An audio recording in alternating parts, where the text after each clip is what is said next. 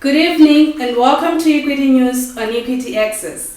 Thank you for joining us as we come to you live from our Hampton studios in the capital.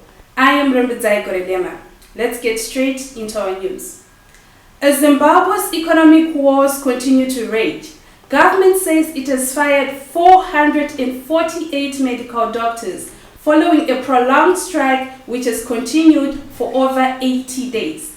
In retaliation, the Senior Hospital Doctors Association issued a notice stating that they are withdrawing their services with effect from the 26th of November until the fired doctors are reinstated and there is redressal in their incapacitation. The Ministry of Health is set to advertise for new doctors by the end of this week. This was expressed at a post-cabinet briefing held at the new Monomatapa building by the Information Minister, Monica Mchangwa. Let's listen in.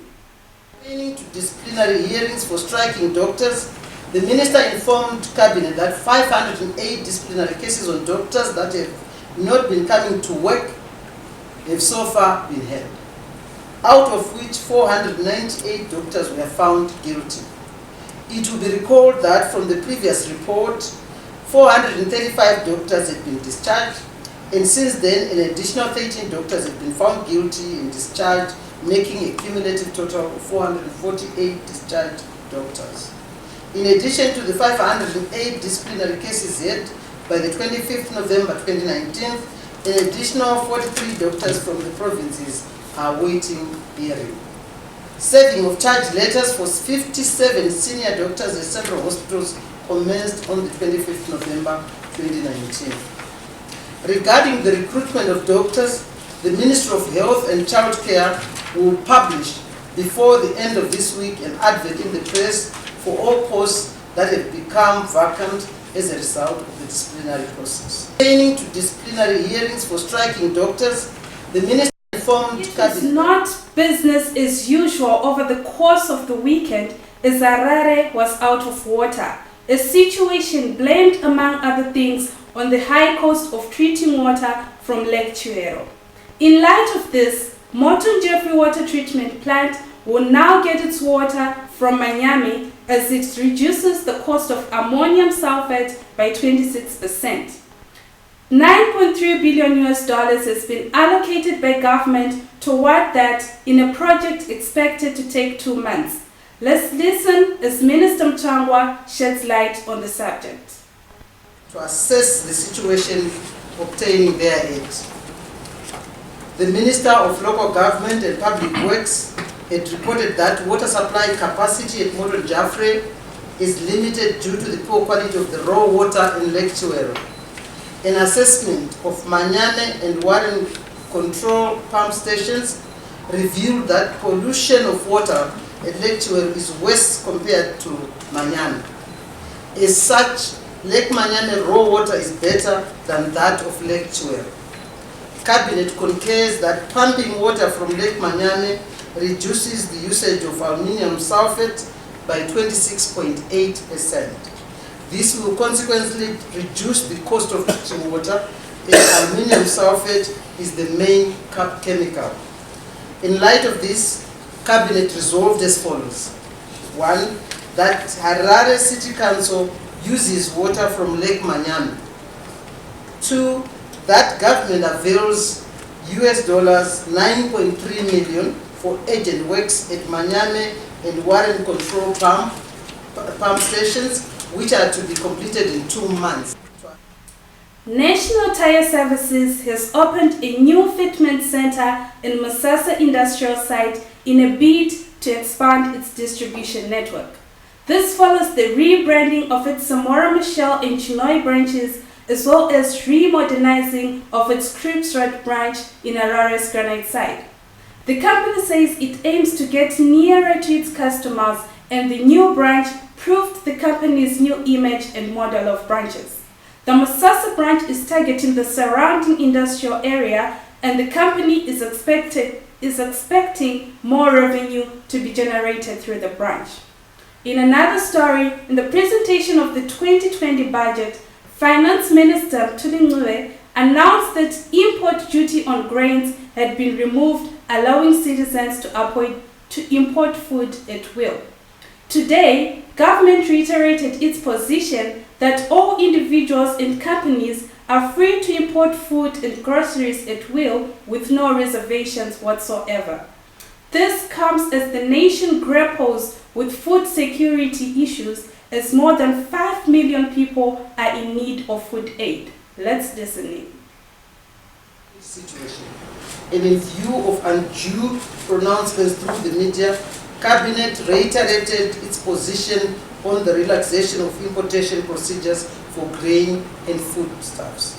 The nation is therefore informed that all companies and individuals with free funds are free to import not just maize meal and flour, but the entire range of foodstuffs without import permits.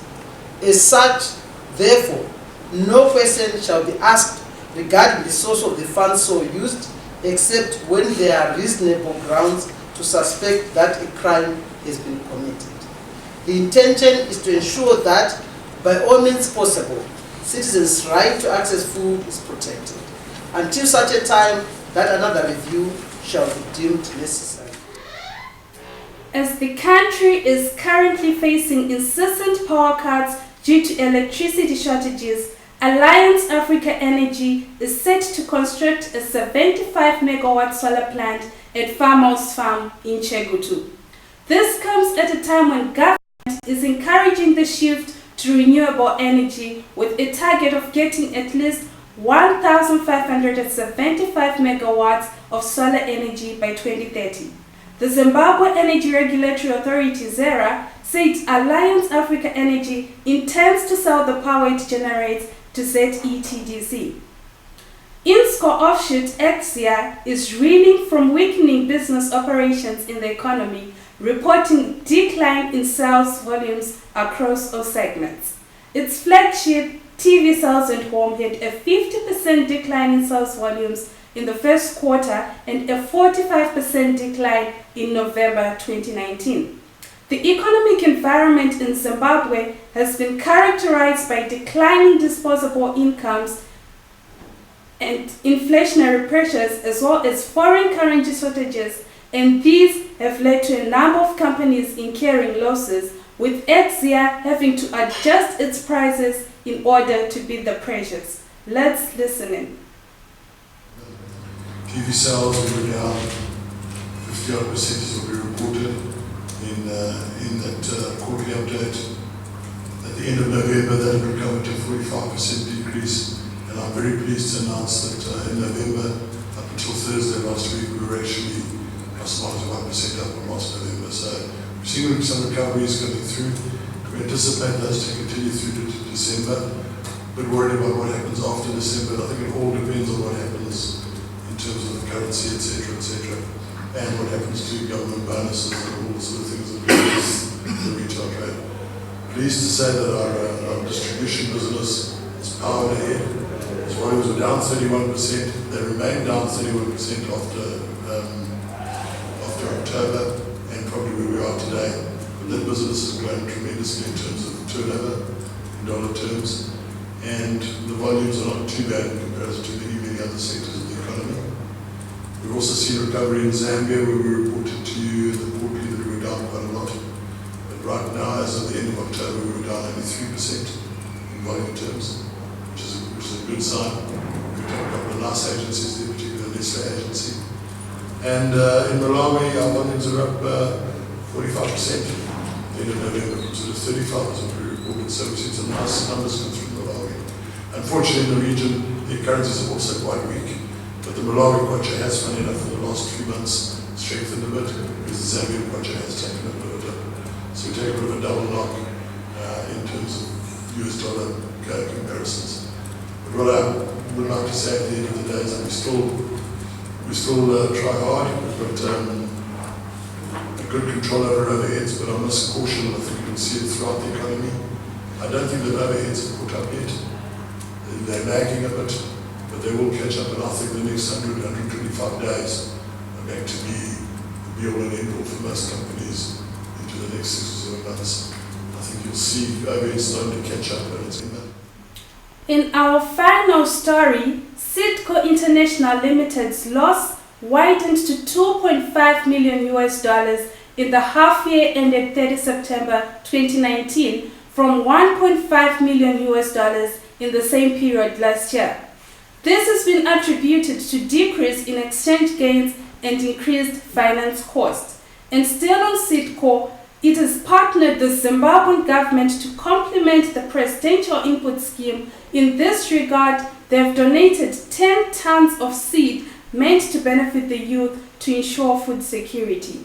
That's all we had for you tonight. Don't forget to like, subscribe, follow us on Twitter and Facebook, and to visit our website www.EquityAxis.net. From the EquityAxis team and I, good night.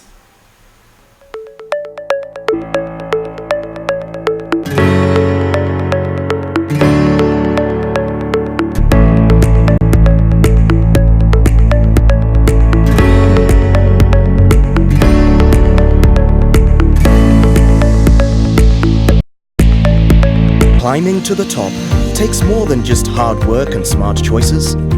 It's to succeed group in Zimbabwe with a complete range of activities including banking, short and long-term insurance, asset management and property investments. CBZ has been a pinnacle for stability in the economic landscape of Zimbabwe.